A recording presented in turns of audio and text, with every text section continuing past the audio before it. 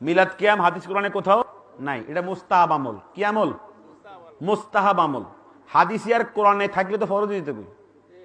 কথা কর না? যদি কোরআনের আয়াত দিয়ে মিলাদ কিয়াম প্রমাণিত হইতো তো ফরজ দিতে হবে, সবার জন্য কোরআন লাগবে। বুঝছেননি কথাটা? যদি কোরআনে মিলাদ কিয়াম থাকতো তাহলে কারো কোনো উপায় আছিল? কি কথা কর না যে আপনারা? আয়াতের মধ্যে যদি মিলাদ কিয়াম থাকতো কারো উপায় আছিল বিরুদ্ধে বলার? কোরআনে নাই, হাদিসেও নাই। এটা আমরা করি কেন? এটা আমরা কেন করি? হাদিস কোরআনে নাই, করি কেন? এটা হচ্ছে কোরআন হাদিসের পরে আরো কি আছে? ইজমা কিয়াস আছে। কথা কয় না? দলিল কয়টা?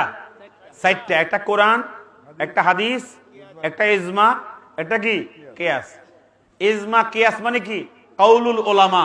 কাউলুল ওলামাদের কাউল, ওলামাদের আমল। এই মিলাদ বা কিয়াম এটা নবীর ইন্তেকালের পরে 600 বছর পরে, কয়শো বছর?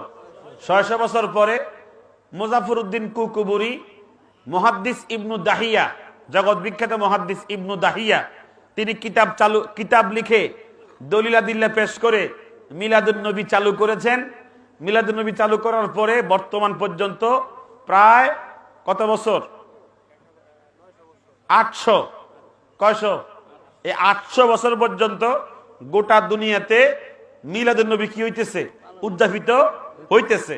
এগুলো কোরআনেও নাই, হাদিসেও নাই। এগুলো কি? ইজমা কিয়াস। আলেমদের কি? আলেমদের, এগুলো আলেমদের বক্তব্য, আলেমদের সিদ্ধান্ত। অতএব এগুলো কোনো ফরজও না, সুন্নতও না, ওয়াজিবও না। এগুলো মুস্তাহাব। এগুলো কি? মুস্তাহাব। কেউ মিলাদ করলো, মিলাদ পড়লো, রসুলকে কিয়াম করে সম্মান দিল, তিনি আত্মিক শান্তি পাইল, আর এর মাধ্যমে তিনি কি হইল? নবীকে শ্রদ্ধা সম্মান দেখাইল, আলহামদুলিল্লাহ। আর কেউ করলো না, করে নাই, অভ্যাসে নাই, ছেড়ে দিছে, কোনো কি হবে না? গুনাহ হবে না। করলেও কোনো, এখানে করলে এজন্য যে সওয়াব পাবে, ইয়া নবী সালামুন আলাইকা, কি আছে এখানে? সালাম আছে, সালাত আছে। এগুলো পড়ার কারণে সওয়াব পাবে। আর তাজিমের কারণে কি পাবে? নবীর শ্রদ্ধা সম্মানের কারণে সওয়াব পাবে। কিন্তু না করলে, এটা ছেড়ে দিলে পরে সে পাপী হবে, জাহান্নামী হবে, গুনাহগার হবে, তা কোনো বলা যাবে না। আর যদি মিলাদ কিয়াম নিয়ে সমাজে মারামারি হয় আর কাটাকাটি হয় তাহলে কি হবে? গুনাহ হবে, পাপ হবে। অতএব মিলাদ কিয়াম এটি মুস্তাহাব বিষয়। কেউ করলে করলো, কেউ না করলে না করলো। এটা নিয়ে মারামারি ঝগড়া করা সম্পূর্ণ কি? হারাম। সম্পূর্ণ কি? হারাম। নবীকে সম্মান করা, দাঁড়ায়া সম্মান করা, এই বিষয়ে হাদিস আছে। কিন্তু ইয়া নবী সালামু আলাইকা, এই সময় দাঁড়াইতে হবে এমন কোন হাদিস নাই।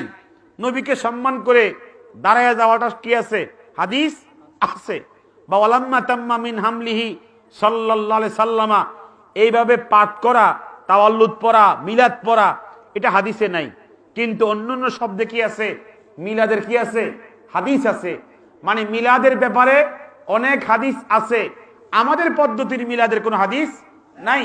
অন্যান্য হাদিস থেকে আমরা কিয়াস করে এটাকে মুস্তাহাব বলি। কি বলি?